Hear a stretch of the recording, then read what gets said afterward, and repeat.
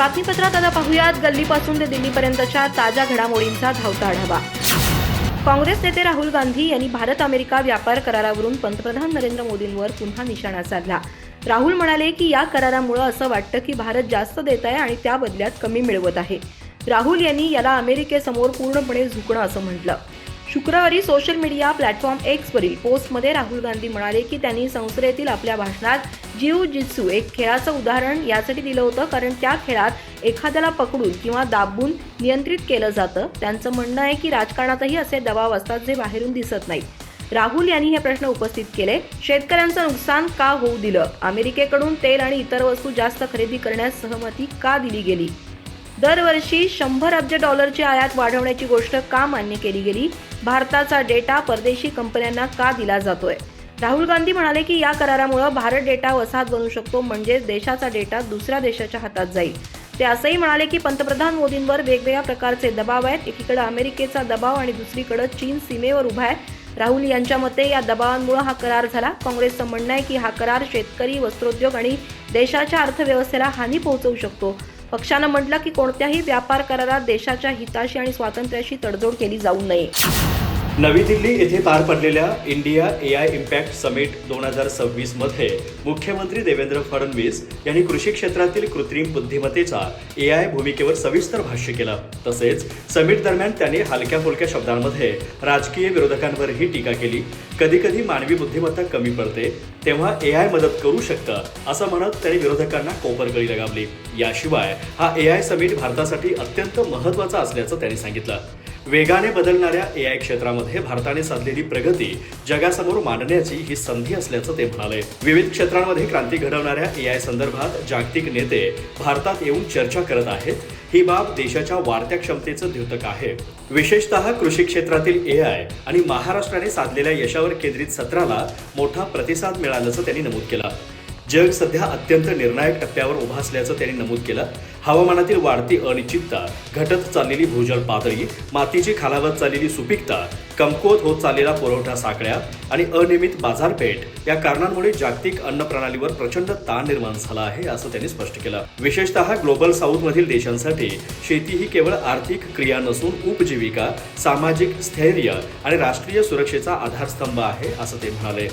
भारताने तंत्रज्ञानावर आधारित सर्वसमावेशक विकासाची दिशा स्वीकारली असल्याचं सांगताना फडणवीस यांनी पंतप्रधान नरेंद्र मोदी यांच्या नेतृत्वाचा उल्लेख केला।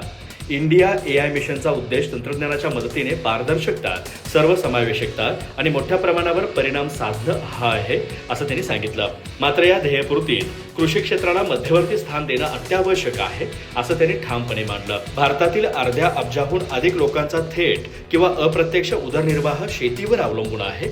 तरीही लहान भूधारकांना तुटपुंजा माहितीचा आधार, वाढते इनपुट खर्च, हवामानातील अनिश्चितता आणि कर्ज आणि बाजारपेठ मर्यादित पोहोच अशा अडचणींना सामोरं जावं लागतं याकडे त्यांनी लक्ष वेधलं।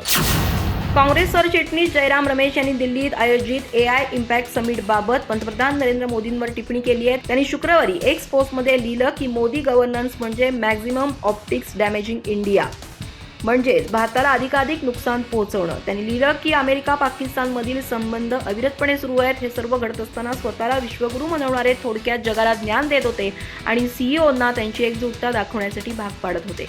रमेश यांची ही टिप्पणी पंतप्रधान मोदींनी सर्व कॉर्पोरेट प्रमुखांसोबत हात वर करून फोटो काढल्याच्या घटनेवर आली आहे। दुसरीकडे 19 फेब्रुवारी रोजी वॉशिंग्टन डीसी मध्ये बोर्ड ऑफ पीस कार्यक्रमात पाकिस्तानचे पंतप्रधान आणि अमेरिकेचे अध्यक्ष ट्रम्प यांची भेट झाली। एआय समिटच्या चौथ्या दिवशी जेव्हा ग्रुप फोटो काढला जात होता, यावेळी पंतप्रधान मोदींसह इतर जागतिक टेक लीडर्सनी एकमेकांचे हात वर उचलले होते। पण एआय कंपनी ओपन एआयचे सीईओ सॅम ऑल्टमन आणि अँथ्रोपिकचे सहसंस्थापक दारियो अमोदेई यांनी हात वर उचलले पण एकमेकांचे हात धरले नाही। जर कोणताही फोटो, व्हिडिओ किंवा ऑडिओ एआयच्या मदतीनं तयार केला असेल तर त्यावर लेबल लावणं अनिवार्य करण्यात आलंय। यासोबतच सोशल मीडिया प्लॅटफॉर्म्सना कोणतीही आक्षेपार्ह सामग्री तक्रार मिळाल्यानंतर केवळ 3 तासांच्या आत काढून टाकावी लागेल। हे नवीन नियम 20 फेब्रुवारी 2026 पासून लागू झाले। 10 फेब्रुवारी रोजी याची अधिसूचना जारी करण्यात आली होती। मनसे अध्यक्ष राज ठाकरे यांनी आज आपण मुंबईसह विविध शहरांमधील समस्यांच्या मुद्द्यांवर उपमुख्यमंत्री एकनाथ शिंदेची भेट घेतल्याचं स्पष्ट केलं. आज निवडणुका संपल्या आहेत, आता एकनाथ शिंदे सत्तेत आहेत. त्यांना काही सूचना करायच्या असतील, चांगल्या गोष्टी करवून घ्यायच्या असतील तर त्यांना भेटू नये का? मी त्यांना पुन्हा भेटेन. तुम्हाला काय चर्चा करायच्या त्या करा, असं ते शिंदेच्या भेटीत राजकारण शोधणाऱ्यांना टोला हाणताना म्हणाले. राज ठाकरे यांनी गुरुवारी सत्ताधारी शिवसेनेचे सर्वेसर्वा तथा राज्याचे उपमुख्यमंत्री एकनाथ शिंदे यांची भेट घेतली. या भेटीविषयी राजकीय वर्तुळात वेगवेगळ्या अटकळी व्यक्त केल्या जात आहेत. विशेषतः ठाकरे गटाचे खासदार संजय राऊत यांनी या प्रकरणी राज यांच्यावर टीका केली होती.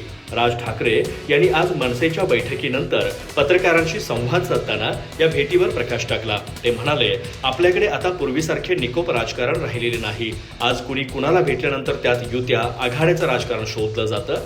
आता 3 वर्षांनंतर निवडणुका आहेत. आता तर तशी परिस्थिती नाही. आता निवडणुका संपल्यात.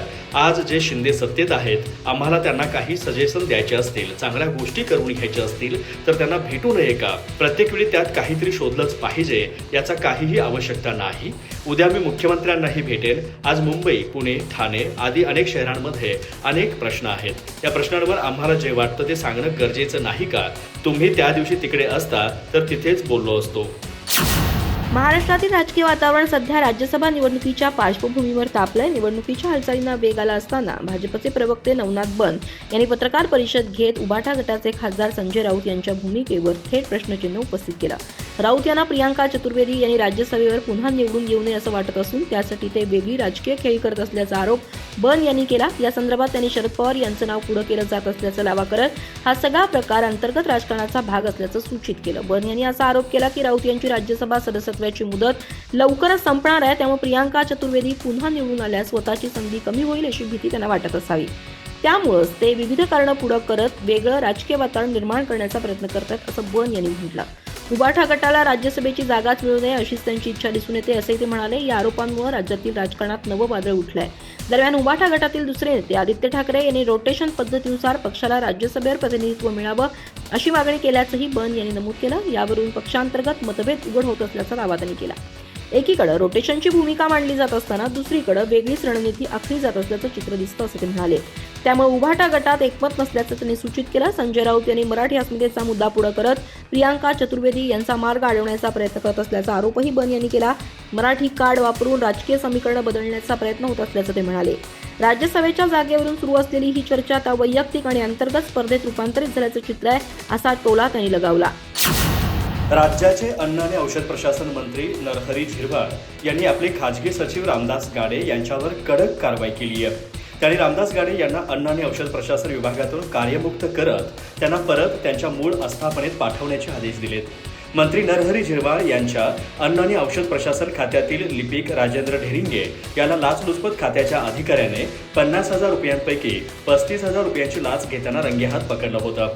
सध्या हा लिपिक पोलिसांच्या कोठडीत आहे. त्याने झिरवाळ यांचे स्वी सहाय्यक रामदास गाडे यांचं नाव घेतल्याची माहिती आहे. थेट मंत्रालयातच लाचखोरीचा हा प्रकार घडल्यामुळे राज्यात एकच खळबळ माजली होती. विरोधकांनी या प्रकरणी नरहरी झिरवाळ यांना धारेवर धरत त्यांच्या राजीनाम्याची मागणी केली आहे. त्यावर झिरवाळ यांनी या प्रकरणाशी आपला संबंध आढळला तर आपण स्वतःहून राजीनामा देऊ असं स्पष्ट केलं होतं. या पार्श्वभूमीवर झिरवाळ यांनी उपरोक्त कारवाई केली आहे. या संबंधीच्या माहितीनुसार अन्न आणि औषध प्रशासन मंत्री नरहरी झिरवाळ यांनी आपले खाजगी सचिव डॉक्टर रामदास गाडे यांना तातडीने पदावरून कार्यमुक्त केलंय. गाडे हे झिरवाळ यांच्या मंत्रालयात प्रतिनियुक्तीवरती होते, पण आता त्यांची सेवा त्यांच्या मूळ विभागात कृषी आणि पदोम विभाग वर्ग करण्यात आली आहे. झिरवाळ यांनी या प्रकरणी सामान्य प्रशासन विभागाला तातडीने आदेश काढण्याचे निर्देश दिले आहेत. काँग्रेस खासदार प्रियांका गांधी यांनी शुक्रवारी म्हटलं की गौरव गोगोई आणि त्यांच्या कुटुंबाला पाकिस्तान लिंकच्या आरोपांमध्ये ओढणं हे चुकीचं राजकारण आहे. प्रियांका म्हणाल्या की आसामचे मुख्यमंत्री निवडणुकीपूर्वी घाबरले आहेत म्हणून ते अशा प्रकारचे आरोप करतात. त्यांनी वैयक्तिक आरोपांऐवजी राज्याच्या विकासावर बोललं पाहिजे. प्रियांका म्हणाल्या, गौरवजी आणि त्यांच्या कुटुंबाला ज्या प्रकारे लक्ष केलं जात आहे त्यावरून हे स्पष्ट होतं की हे चुकीचं राजकारण आहे. आसामची जनता जाणते की दुसऱ्या बाजूचे लोक त्यांच्यामुळे घाबरले. ते योग्य मार्गावर चालले आहेत की त्यांच्यासाठी सन्मानाची गोष्ट आहे. प्रियांका गांधी यांच्या आसाम दौऱ्याचा दुसरा दिवस आहे. सकाळी त्या गुवाहाटीजवळ सोनापूर येथील जुबिन क्षेत्रात पोहोचल्या. गायक जुबिन गर्ग यांना श्रद्धांजली वाहिली. यानंतर त्यांनी माध्यमांशी संवाद साधला. प्रियांकाच्या भाषणातील 3 मोठे मुद्दे. मुख्यमंत्र्यांनी सांगावं की त्यांनी आसामच्या विकासासाठी काय केलंय. आसामच्या तरुण पिढीला नोकरी आणि रोजगाराची गरज आहे. जिथं जिथं भाजपचं सरकार आहे तिथं निवडणुकीपूर्वी महिलांना पैसे दिले जातात, पण त्यांना 5 वर्ष सुरक्षा मिळाली का? किती महिलांना रोजगार मिळाला आणि किती जणींना आत्मनिर्भर बनवलं गेलं? राज्याची संपत्ती जनतेच्या हातातून निघून एका कुटुंबाकडे जात आहे आणि योजनांचा वापर केवळ निवडणुकीचा फायदा घेण्यासाठी केला जात आहे. शिवजयंती 2026 निमित्त आयोजित करण्यात आलेल्या खासदार अमोल कोल्हे यांच्या व्याख्यानावरून पुण्यातील शैक्षणिक वातावरण ढवळून निघालं आहे. सावित्रीबाई फुले पुणे विद्यापीठात इरावती कर्वे सभागृहात डॉक्टर कोल्हे यांचं व्याख्यान आयोजित करण्यात आलंय. मात्र काही विद्यार्थ्यांनी या कार्यक्रमाला राजकीय रंग चढण्याची शक्यता व्यक्त करत आक्षेप नोंदवला आहे. त्यामुळे विद्यापीठात समर्थन आणि विरोध अशा दोन्ही भूमिका स्पष्टपणे पुढे आलेत. सकल विद्यार्थी समूहाच्या वतीने कुलगुरूंना सह्यांचं पत्र सादर करण्यात आलंय. या पत्रात छत्रपती शिवाजी महाराज जयंती हा सर्व समाजाचा एकत्रित उत्सव असल्याचं नमूद करण्यात आलं आहे. अशा दिवशी राजकीय पार्श्वभूमी असलेल्या व्यक्तीला निमंत्रण देणं योग्य नसल्याचा दावा विद्यार्थ्यांनी केला आहे. शिवजन्मोत्सव विद्यार्थी उत्सव समितीला कार्यक्रमाबाबत पूर्वकल्पना देण्यात आली नसल्याचाही उल्लेख पत्रात आहे. विद्यापीठ प्रशासनाने अशा कार्यक्रमाला अधिकृत पाठिंबा दिला आहे का याबाबत स्पष्ट भूमिका जाहीर करावी आणि कार्यक्रम रद्द करावा अशी मागणी करण्यात आली आहे. दुसऱ्या बाजूला काही विद्यार्थ्यांनी डॉक्टर कोल्हे यांच्या समर्थनार्थ स्वतंत्र पत्र सादर केलं आहे. विद्यापीठात दरवर्षी विविध महापुरुषांच्या जयंतीनिमित्त अभ्यासू आणि प्रेरणादायी वक्त्यांना आमंत्रित केलं जातं असं त्यांनी नमूद केलं आहे. छत्रपती शिवाजी महाराजांच्या इतिहासाचा सखोल अभ्यास असलेलं व्यक्तिमत्व म्हणून अमोल कोल्हे यांचं व्याख्यान विद्यार्थ्यांसाठी मार्गदर्शक ठरेल असा विश्वास समर्थकांनी व्यक्त केला आहे. इतिहासाचा अभ्यास आणि प्रेरणादायी विचार मांडण्यासाठी त्यांना व्यासपीठ देणं योग्य असल्याचं मत या विद्यार्थ्यांनी मांडलं आहे. अधिक माहिती आणि ताज्या घडामोडींसाठी आजच आमचे चॅनल सबस्क्राईब करा.